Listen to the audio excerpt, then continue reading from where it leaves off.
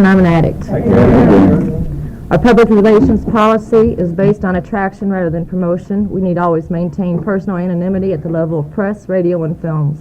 If anyone here represents a media agency, please contact Jeff R. The members of the North Central Indiana area of Narcotics Anonymous welcomes you to the 4th annual We Grow with Love convention. We would like to thank you for joining with us in this celebration of recovery.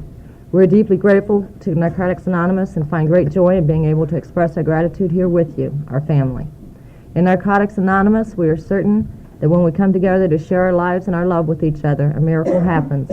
Our recovery takes hard work, courage, and commitment. Those are the things that carry us through as we seek the spiritual growth that comes from working the 12 steps. Never alone, we do this together and for each other, knowing that we need each other, because more than anything else, we grow with love. The preface to the basic text begins, "The full fruit of a labor of love lives in the harvest, and that always comes in its right season."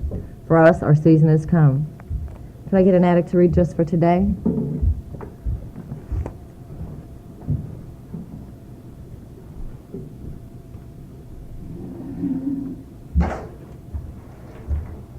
Hey, I'm Julie. I'm an addict. Hi, Julie. Just for today. My thoughts will be on my recovery, living and enjoying life without the use of drugs. Just for today, I'll have faith in someone in NA who believes in me and wants to help me in my recovery. Just for today, I'll have a program. I'll try to follow it to the best of my ability. Just for today, though, through NA, I'll try to get a better perspective on my life. Just for today, I'll be unafraid. My thoughts will be on my new associations, people who are not using, who have found a new way of life. So long as I follow that way, I have nothing to fear.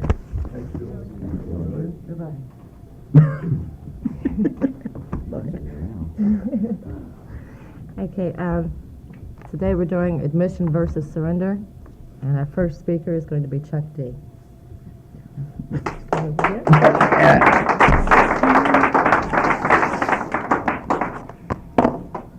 Hi, everybody. My name is Chuck.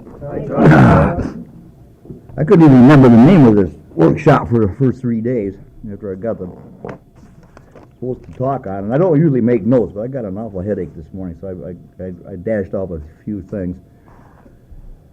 First of all, I'm glad to see everybody here, and this with mixed emotions. This convention is growing. I like to, the original 37 or whatever it was, but that's okay.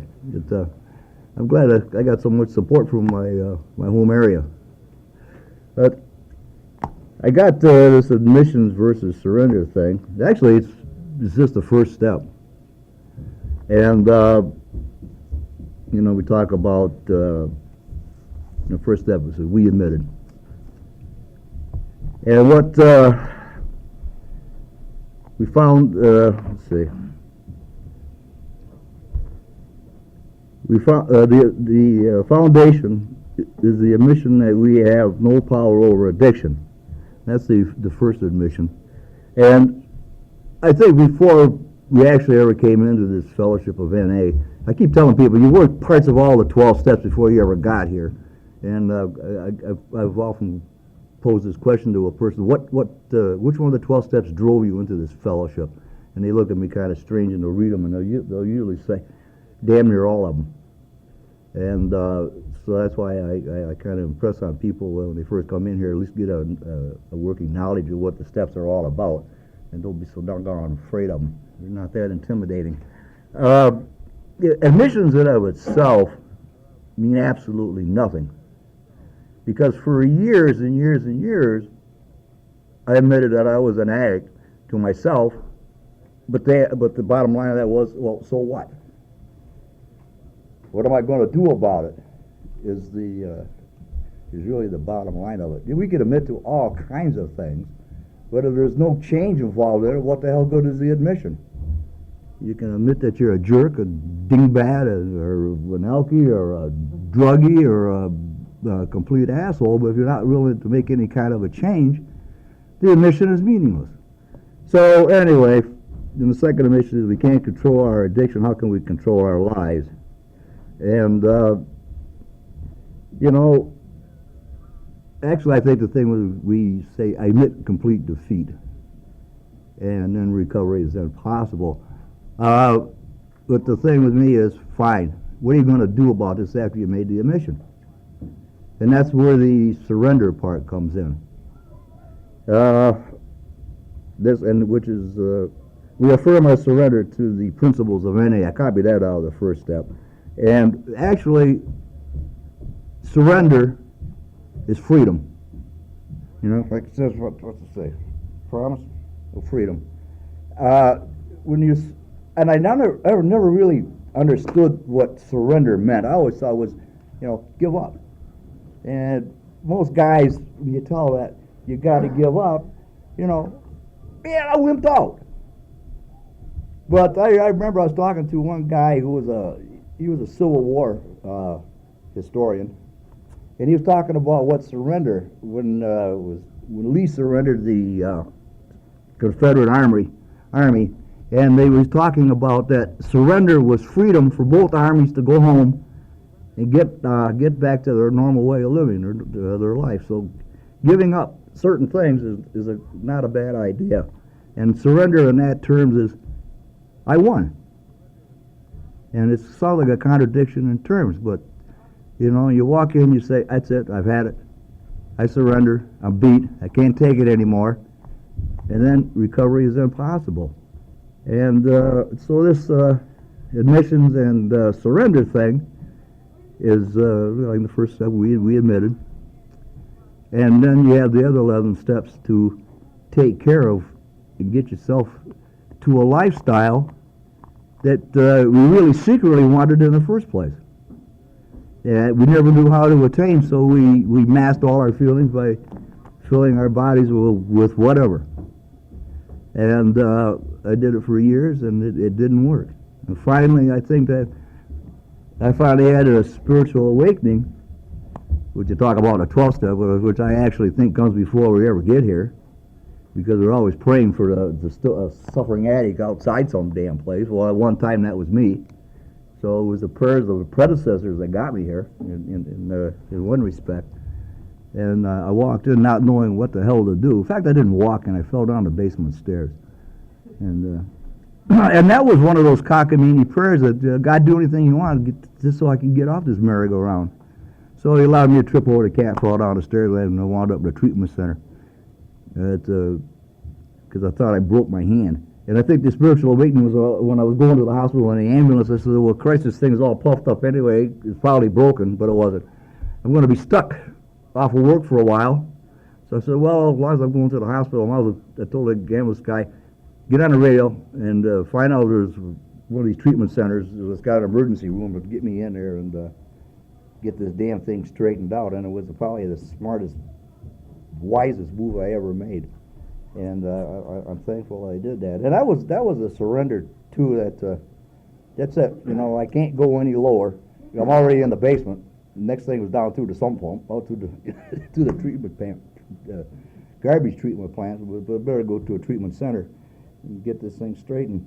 And I surrendered to this thing, to the fact that because this was on a relapse, and I made a promise to myself, and I made a promise to God that the biggest mistake that I made was stop going to the meetings. And I said, if I ever get out of this damn place again, that is one thing I don't ever want to do, is stop going to the meetings. And I made that promise to myself, and I've kept it for the last 12 years. Because it's that regularly go to the meetings, stay clean, and it's very true. Because people tend to forget pain. We remember there was pain, but we can't bring back that feeling, how intense it was and how screwed up our lives were. And the disease talks to us and say, well, you missed a meeting here, you missed a meeting there, nothing happened, so why bother going? All of a sudden, this second half of the first step kicks in, unmanageability. However it manifests itself, something becomes unmanageable in your life, you forgot how to handle it because your support network is gone, and all of a sudden you find yourself, what the hell happened, man? I'm out there big time, and there's no lead pipe guarantee you're ever going to get back. So, talking about surrender, for years and years and years, I always surrendered to the wrong things. I surrendered to the fact that people would say that you're less than, and I believed it. And that you're no good, and you'll never amount to anything. And I surrendered to those principles that people laid on me. And it's not true. I found out coming around here that life is worth living, and you talk about living life on life's terms. If you're staying clean, the terms ain't that tough. You know, I read a table a couple of weeks ago. A guy was talking about you put work into this fellowship and you reap some benefits from it. And I thought, well, I put very little into it and I reap a tremendous benefit from it. And I use the analogy like you plant one kernel of corn, the thing comes up and you get, 2 or 3 years of corn off it, and I don't know how many kernels are in each one. It's 400 or 500 probably. So you get a return of about like 1,000 to 1. And that's about what I get out of NA. I put very little in it and get a whole lot out. So I'm very careful now what I surrender to. And I can say, no, this is not me. I don't have to be like this. And I can get in with these spiritual principles that we all know about, but and try to practice them in my daily affairs. I don't do them. It's like John was talking about the other day, that it's a goal and that you strive for, and we never quite make it, and we never graduate. And you know, I think it says in the book that once an addict, you know, I believe that once an addict, always an addict, but I don't have to do addict things, live like one, and that thing like that. But once I forget where I came from, I'm pretty much doomed to go back and repeat it again, and I don't want to.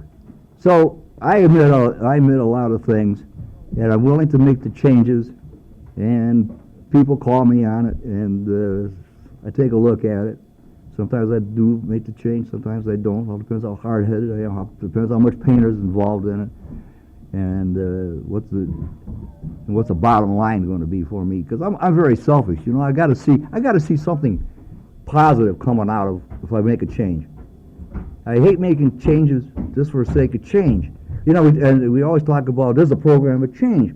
Well, after I did a couple 4 steps, I found out there were certain things I don't have to change because, by God, guess what? I was doing them correctly in the first place. So, with that thing, you know, admissions versus surrender. So it's really for me, it's a first step issue that if I make the admissions and I'm willing to make the changes and surrender, and you know, I can be clean, and not only clean, but I can live a fruitful and productive life, and I think that's my game plan today, and that's it, and thank you.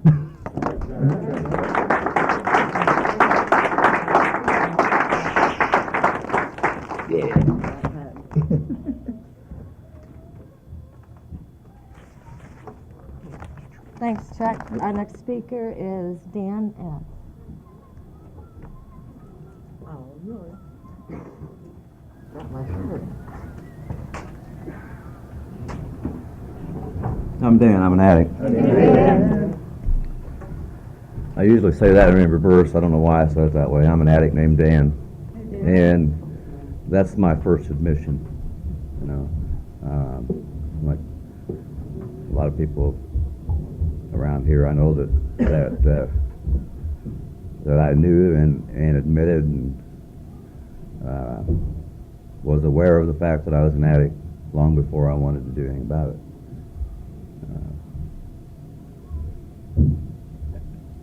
Actually, and what I have to say today is what you people around here have taught me. So, you know, I'm going to try to tell you what's working for me today, and what's the most important things that you've taught me about admittance versus surrender. I know that I don't have anything original. The only thing I've got original is my parents, and they have a lot of similarities to your parents, I'm sure. So, you know, that keeps us keeps me the same as you guys.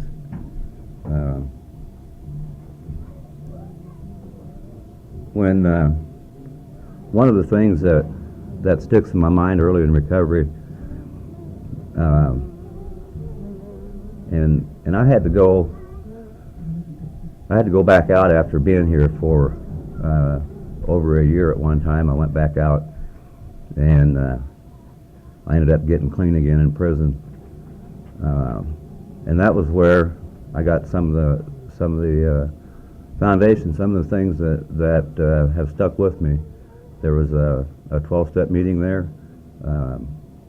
I have a lot of gratitude for the other fellowship because that just happens to be what meeting was there. The people in recovery that came to that meeting understood the concept of one disease, and it wasn't about a substance. It was about recovery to them, and they taught me a lot. The one thing that sticks with me from that time frame in my recovery, the one person kept telling me, admit, accept, and surrender. That's the first 3 steps. And by keeping that in reference to my program, those 3 steps I got to work every day. That's been shared with me by my sponsor and a lot of other people that I've shared with around these tables, and that's one thing that I've kept in my program to the best of my ability on a daily basis, because of the fact that I want to stay clean today. First thing I got to do in the morning is admit that I'm an addict. Get up, make sure that just for today, meditation is within my reach when I sit down to a cup of coffee and a bowl of cereal. You know, that's the way I got to start my day. I've got to have that, you know, and it takes some. It might be a routine that would seem boring to some people, and it would. What keeps it interesting for me is each day when I open this book, it tells me something that I need to work on in my recovery, and then I can accept the fact that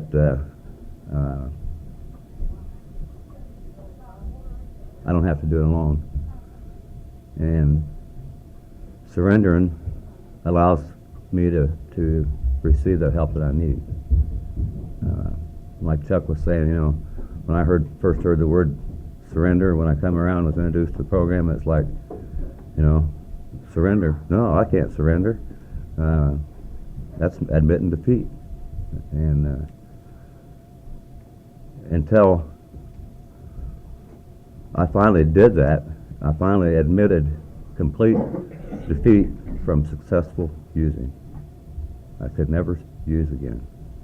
And I had to prove to myself that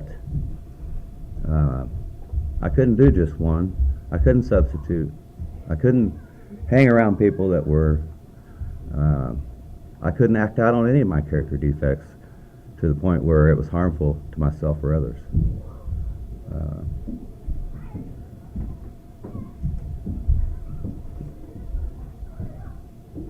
I have a lot of gratitude for the program and the fact that when I came to the realization that I couldn't use successful, that there was somebody there that could help me, and surrendering to something that I was powerless over wasn't near as hard when there was somebody, when there were other addicts there, showing me how that just because I surrender doesn't mean I can't have a good time anymore. You know, when I started using, I thought I was enhancing my lifestyle. I was looking for more excitement, more fun, knowing today that I've never had more fun in my life than I have in recovery. You know, these functions prove that to me, and this weekend's just been another mile marker in my recovery that proves that. You know, all the people that you know, every year that I've came to this, my horizons have been widened with the people that I've gotten to know, the people that keep coming back, showing me that it is still working out there, and in other parts of the country. I was told that at these functions is where I find the winners, and I need to stick with the winners, so I keep coming to the functions. Each year there's been people coming back that have been here at the first one. There's, you know, like Chuck said, I think there was a few over 30 here the first year, and a pretty high percent of those are back every year, or at least, you know, I can look around and see a few faces here this morning that were here at the first one, and in a small group like this. And there's only 37, so if I see 4 or 5 here right now, then, you know, I know there's that's a pretty good odds, and those people are doing something right because they're still here. You know, I got to listen to those people. I got to surrender to what's worked for them. You know,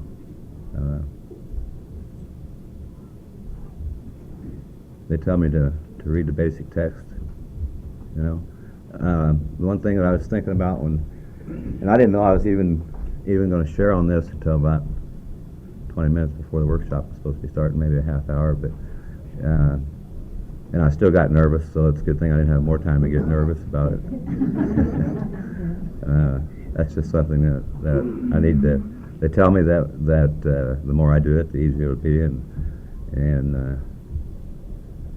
I've also, it's been suggested to me that if I'm asked that I should do it if all possible, and I didn't have any reason to not do this. So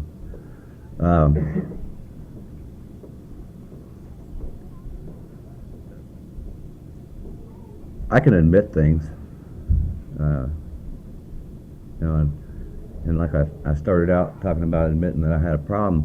It was obvious that I had a problem. It was creating havoc in every area of my life. All of a sudden, I kept ending up in jail or worse, and you know, whether I wanted to admit it or not, it was there. So I had to admit it. I mean, that was just something I had to do to just because that's the way it was. You know, didn't really have a choice on that, but to want to do something about it, surrender to a new way of thinking. That's what I got to look at it today. Surrender to a program that is proven. The basic text says it was written by thousands of addicts. It's been proven, you know, that it works. I see people, the countdown last night reminded me of that again. You know, over half the people stood up before I did, and so that's good proof. Today, on a daily basis, and I want to get back to that a little bit because that's how my program works, one day at a time. I've, you know, like I said earlier, and I started on this, and I got sidetracked, so I'll get back to it. You know, first thing in the morning, I got to admit that I'm an addict, and then I got to surrender to the program that works. And I've got this philosophy, you know, being a maintenance man by trade, if it's working, don't fix it. Okay? So I look at what worked yesterday, and I use that, and if something didn't work yesterday, I leave it. You know? I try to do something about it. I've got to admit, and there that admission comes in again. I've got to admit the part of my characteristics that got me in trouble yesterday, or at the end of the day. If I see something that didn't work that day, the next morning I got to start out different on that area. And there again, this program is designed for me to use in every area of my life, not just in not using today.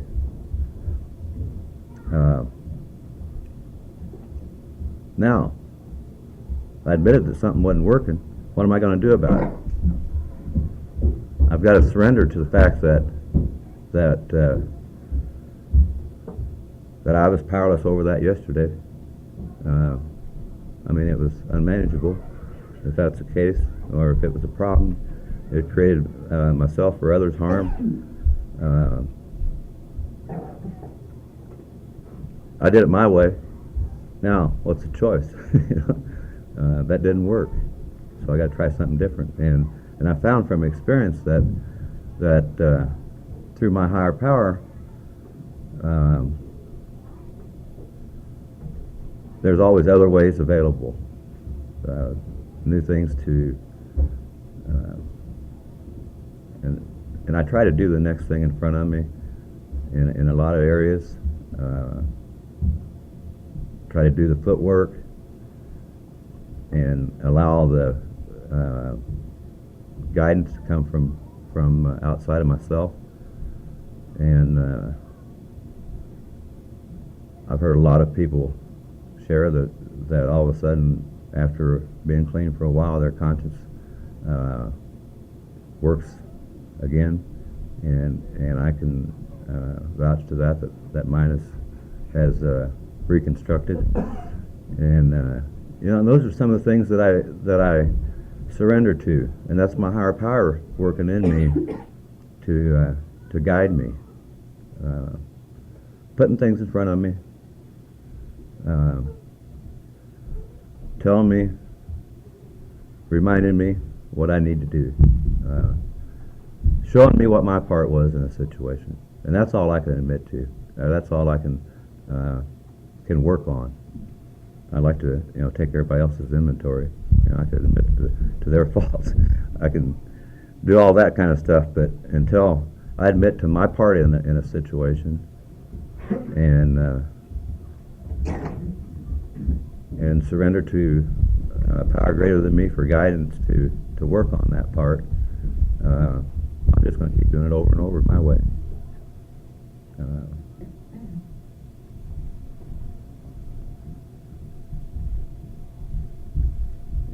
And one of my guidelines, and I should say one of my favorite things that you guys have taught me is how it works: honesty, open-mindedness, and willingness. And that goes along with me. That goes along with admittance versus surrender. I've got to honestly admit it. I've got to be honest about where I'm at with this situation. Do I want to do anything about my addiction? Do I really want to quit? Do I want to quit bad enough to go to the extent that I did to get my drugs to stay clean? That was something they told me early, and I said, well, if I do that, I don't have a problem. I use 7 days a week, 24 hours a day, so if I seek my recovery 7 days a week, 24 hours a day, it's got to work. I see it working, Some days that's hard to do. Real hard.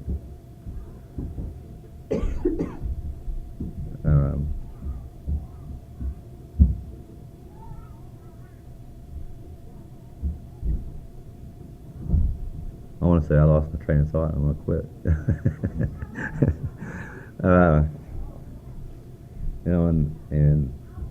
And preparing for this, I'm not sure I've said anything that I thought about saying before, and like Chuck said, I don't like to make notes when I'm going to a meeting. They give me a choice of doing this workshop or the one writing in recovery, and I don't go there as much as I probably should, so. I knew about admittance surrendering in my life, so I chose this one. So I'm not real good at writing, and so I don't come up here trying to go through an outline or anything. I've got to admit that what I've got today is only mine because I want to give it away, and to be able to do that, I've got to allow my higher power to work through me, and sometimes I surprise myself in what I say and what I do, and I have confidence that when I do that with the right motive, that it's my higher power helping me, and that's what I tried to do, is come up here and allow my higher power to use me as a tool, and that's complete surrender to me, allowing me to be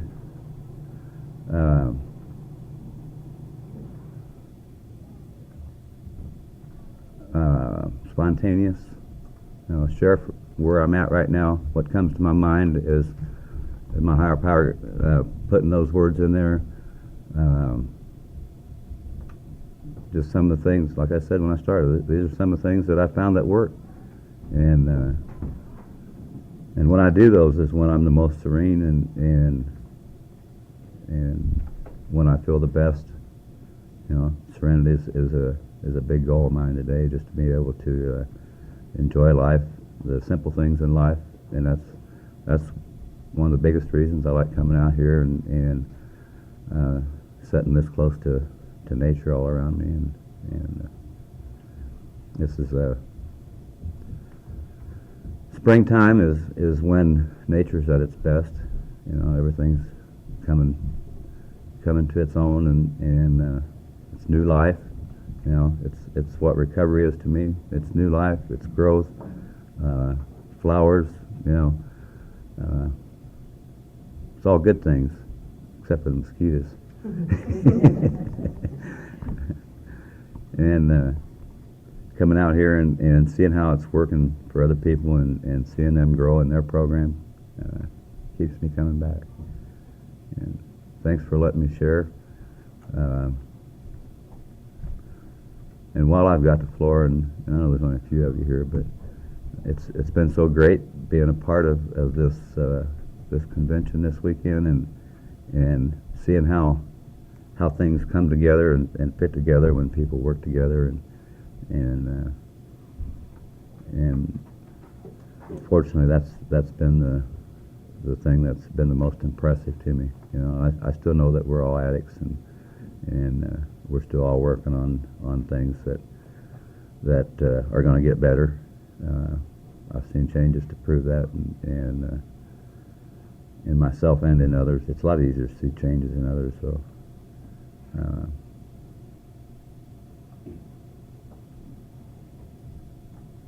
but it's working.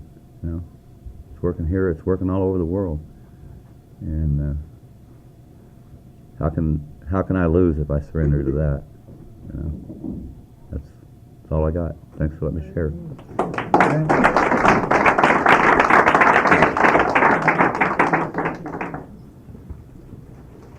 Thanks, Dan. We still got about 20 minutes. Would anybody care to speak? Or whoops, okay, I did this backwards. Back up here. Okay. Before we open the floor for sharing, I need to remind everyone that you are being taped. If you do not wish to be taped, please let me know so that we can turn the machine off.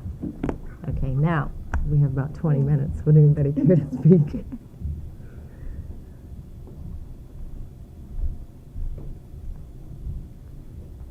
Somebody.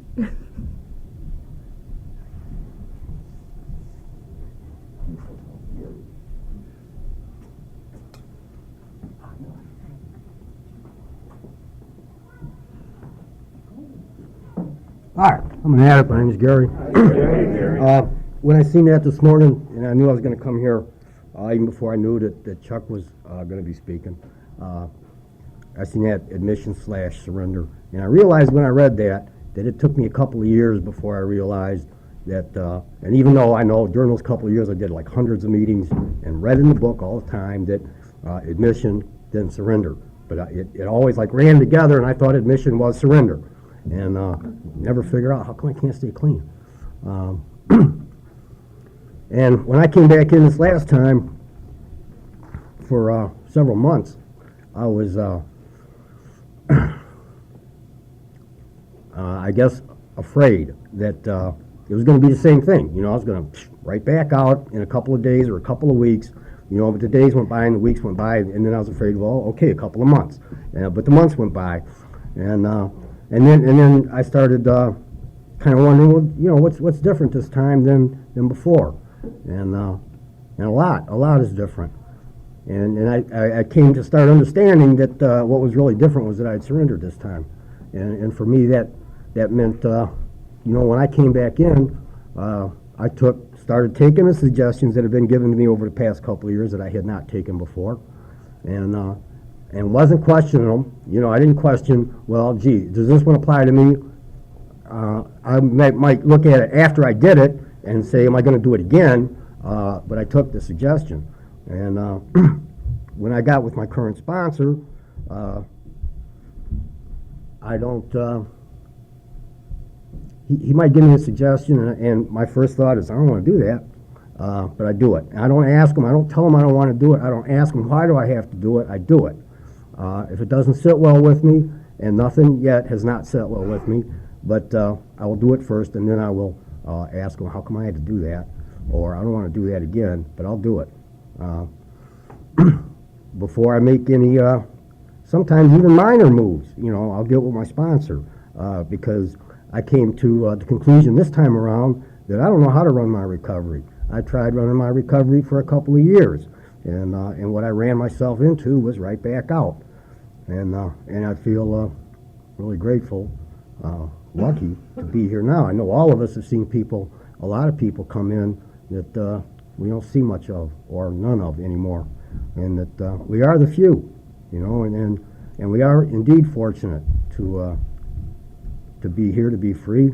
You know, I've done I've done my time behind bars, and I know that's the best I had to look forward to. You know, was going back for the rest of the day, and but that didn't keep me from using. Losing jobs, that didn't keep me from using. Nothing, you know, absolutely nothing. Fear of death, none of that shit kept me from using, because you know, it just doesn't. I'm an addict. But being out there this last time, and after coming around for a couple of years, and hearing a lot of stuff, little bits here and there that all kind of collected, and I related to a lot of this stuff, and it all kind of collected, and I came to believe that, you know, I would see it working for you, and you. How come it ain't working for me? Seeing people that I picked up surrender chips with, or 30 or 60 days, and I never picked up another one, and they went on to pick up 6 months, 9 months, a year, 18 months, and wondering, you know, what's the problem here? And then realizing, you know, looking at what they were doing, and they were doing all the stuff that people were suggesting. You know, they had a sponsor, they had a home group, they were involved. I was not. I was using, they were not. So, you know, I'm kind of slow sometimes, but fortunately, you know, I'm still around to change that action. So for me, the surrender means being willing to do the things that before I was not willing to do. I was willing to do them if it was convenient. I was willing to do them if it was fun. I was not willing to go out of my way to do it. I was not willing to inconvenience myself. I was not willing to deny myself fun. I was not willing to deny myself, you know, whatever kind of pleasure it was that I had in mind I wanted to do, and you said I couldn't do it, that's dead. You know, I didn't do that when I was in the joint. I didn't have fun. I'm out here now, I'm having fun. And don't worry about it, I won't use. But I did. And when I broke down and said, hey, you know what, I want to quit. I don't want to just quit. I want to change, and I think you can show me how to do it. and you have. And for me, that's what the surrender's been about. Doing the things that I don't necessarily want to do, but doing them out of faith, for somebody in recovery that believes in me too. And that's a hell of a feeling these days. Thanks.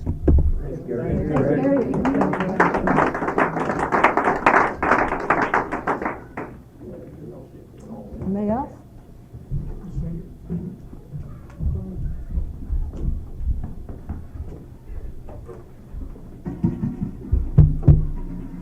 Hi, my name's Frank. I'm an addict.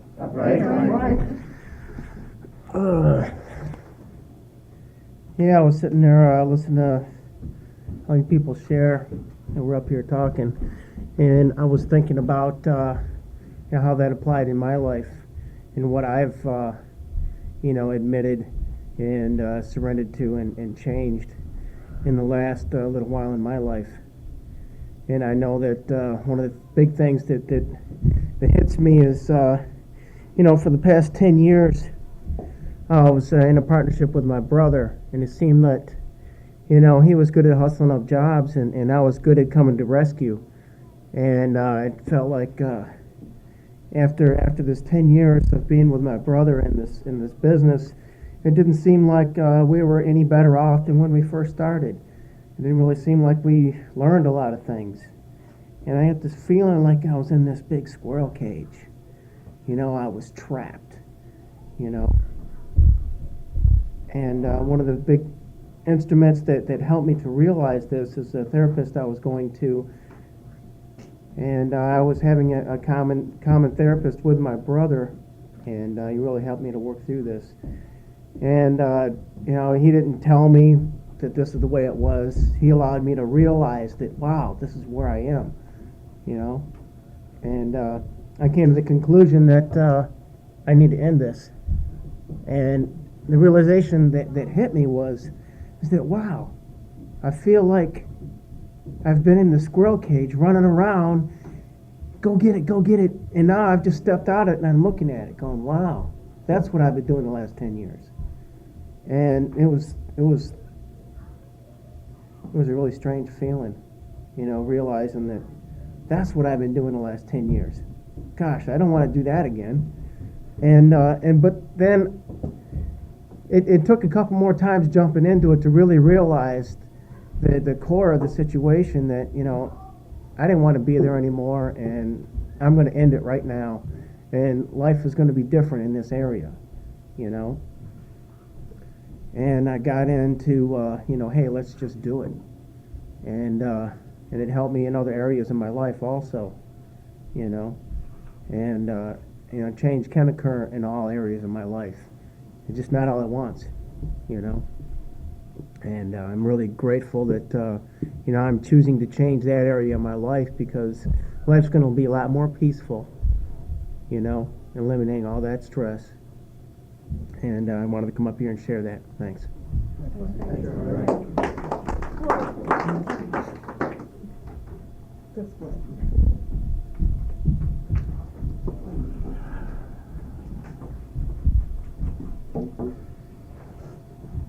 Hi, family. I'm an addict named Marie.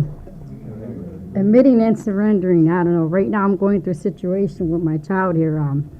Her dad and the guys went out on a boat, and since yesterday, it's like, Mom, we could go fishing. Where's Mark? And it's to a point where it was okay with me, but it wasn't okay with the dad, because, she's the type that'll be in the boat and, okay, I want to go back now. And they want to go and enjoy herself. So it's like, how do I get to admit that she's powerless and to surrender to the fact they've been gone already over an hour, and so right now she's still struggling through that, and I need to surrender to her. But for me, admitting being an addict, it was easy because I knew who I was, way back. But it was hard for me to surrender. See, it was a two-part thing in the first step, and I didn't realize that either. And I too was that addict. Was okay. I admit it. Now what? And it was that surrender part that wouldn't work. I couldn't surrender to the fact because I didn't want to stop using. If there was a way for me to use successfully, I'd still be out there. See, I love to get high, but I don't like all the BS that comes behind it, all the confusion and all of that, and I give up on that. surrendering for me means, never having to use again, and to be able to live and enjoy life free, and to get what this program has to offer, and all it has to offer for me is the freedom from active addiction, as long as I surrender and admit being powerless. And that goes further than just picking up the actual drug. I'm powerless over people, places, and things, and it was hard for me to get, in touch with that because I had control. So I thought, I can control this, that, and the other, so I thought. And they come to find out that I'm powerless over myself. Now, how could I do anything for me? And I can't, trying to fix everybody else, manage and control. So, it took a while for me to come for that. And I'm still growing in that area, in different parts. Today, I know I can't go to the barber shop because I'm going to end up getting a haircut. Keep going there. I know I can't be there no more. And family are sometimes places for me because I have family members who are active in their addiction. Those are my buddies who I used to get high with, and if we're getting a family gathering, my primary purpose is to go there, talk, chit-chat, eat lunch, and leave before all the chaos happens. Okay, oh, Marie, how you doing? It's okay, and da-da-da. And when they pop a few beers in their valley and remember this, remember that, and, I can't be a part of that today because I love feeding into stuff like that, and I need to surrender for my sake, and it's hard for me to do that, and I had to get with that, too. Even I had an aunt who just passed, two aunts who just passed away, my grandmother and my mother-in-law, and so it's like, but my mother-in-law was okay, but with my family members, all the family out, from California and everywhere, coming in together, and again, my primary purpose was to pay my respects, say hi to everybody, and, glad to see you, and whatever, show pictures, and then leave, and when, how we have the luncheon, same thing. I know today when I'm in a place a little bit 59 seconds too long, I must leave, and it was hard for me to do that because I didn't want to detach from that. So I had to surrender to it. I had to admit it.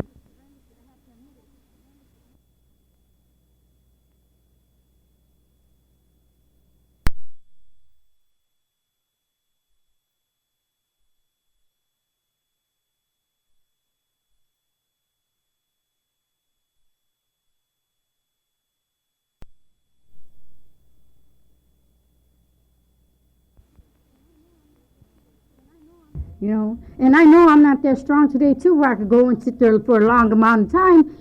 I may be sitting there, next thing you know, I'm drinking some CC 7-Up or something, hey, okay, a little bit won't hurt. And who am I playing with? My life, The time I have, but it took me a long time to get to where I'm at today, and I know I have a lot more to go, but I like where I'm at today. And they talk about the convention we grow up. I love it here too. This is my second year here, and I'm grateful for that. And you know how they say we got a home group? I like to make this my home group convention.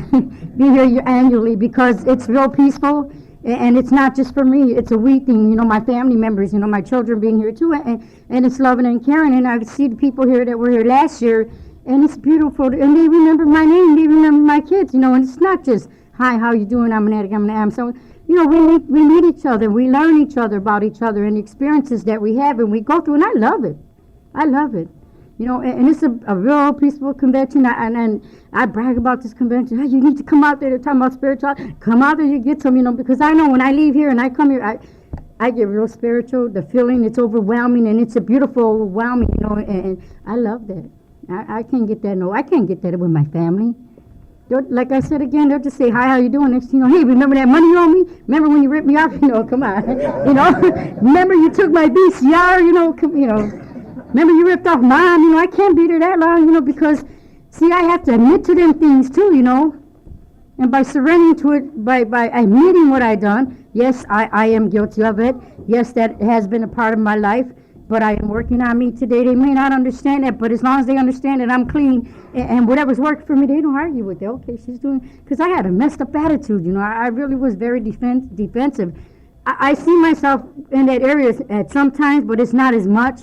Those walls are all coming down, and the meetings help me out with that, that defensiveness in me, and that's good. I love it. And I can't, it's weird because, like they say, people, places, and things, and admitting that I can't be there a lot, and accepting it and surrendering to it, because once I go back to Mommy's house, and I see my brothers there, and the all them characters come back, boy, they come back. what, you know? Oh, man, and I can't be a part of that, you know, and like I said, it's beautiful, it's a beautiful program. You guys are my family, my new family extended, but y'all understand me, and it's not sympathy, it's empathy. You know, if whatever's going on in my life, and it was hard because there's 10 children in my family, you know, we're real close to each other, and nieces and nephews coming out of my ears, you know, more than I could count on all of our fingers and toes, you know, so it's a lot of people, you know, and I have to surrender to meet the people where they're at, you know, and I can't shove any down my family members. Don't they know about it? You know, they know me and my addiction, and they know me today in my recovery, and all I could do is be here for them. You know, I have adult children. All I could do is be here for them too, because they're using it socially right now. But I see the progression. You know, and I can't say you're an addict. You know, I let them know the symptoms are there. Remember where your mommy was at. You know, you need to look at this. Remember when I was doing this and that. You know, and they have came to me and told me, well, I remember it was fun when you used to get high at one time, but the fun left. You know, because mommy's getting high, they get money. We get money. Yeah, and it freaked me out that we got to sit here and talk about it. See, I wasn't hurting myself. I was hurting them. I was buying them off. You know, until then I was ripping them off. After a while, I wasn't giving them anything anymore. So that admittance and that surrendering to all that has really, you know, took me a lot of places, you know, my mind and my actions and all that. And it's only to surrendering and being powerless. Oh, and that first step is, well, I know I need to work that first step on the daily maintenance, because if I can't work that daily, man, I'm burnt up. Even higher power can help me, because I won't even let my higher power in, you know.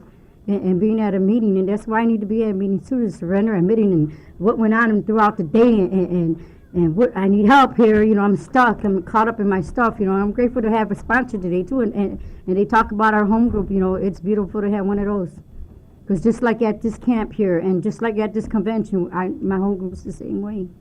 You know, and that's a beautiful experience, and I wouldn't want to trade this for anything in the world. And I'm an addict named Marie, and I'll keep coming back.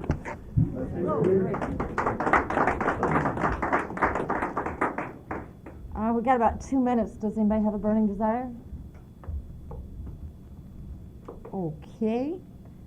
Can we end the workshop with a group hug and serenity prayer?